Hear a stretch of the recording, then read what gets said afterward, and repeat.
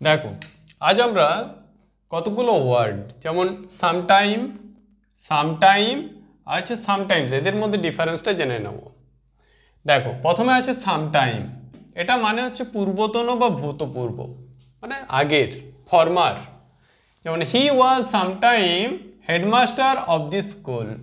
দেখো এখানে সামটাইম মানে সে কোনো এক সময় স্কুলের সেই স্কুলের পূর্বতন বা ভূতপূর্ব হেডমাস্টার ছিলেন।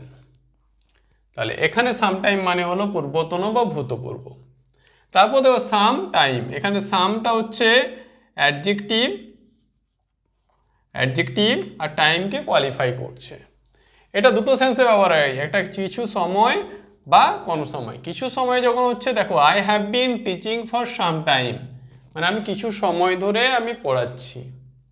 বা কোনো সময়ও এটা ব্যবহার হয়, I shall meet with you some time, মানে কোনো সময় আমি তোমার সাথে দেখা করে নেবো। তো এইভাবে ব্যবহার হলে তখন সাম টাইম, এটা কিন্তু সামটা অ্যাডজেক্টিভ এবং টাইমকে কোয়ালিফাই করছে, তাই না? তারপর দেখো সামটাইমস, এখানে সামটাইমস আছে। সামটাইমস মানে কি মাঝে মাঝে বা অকেশনালি।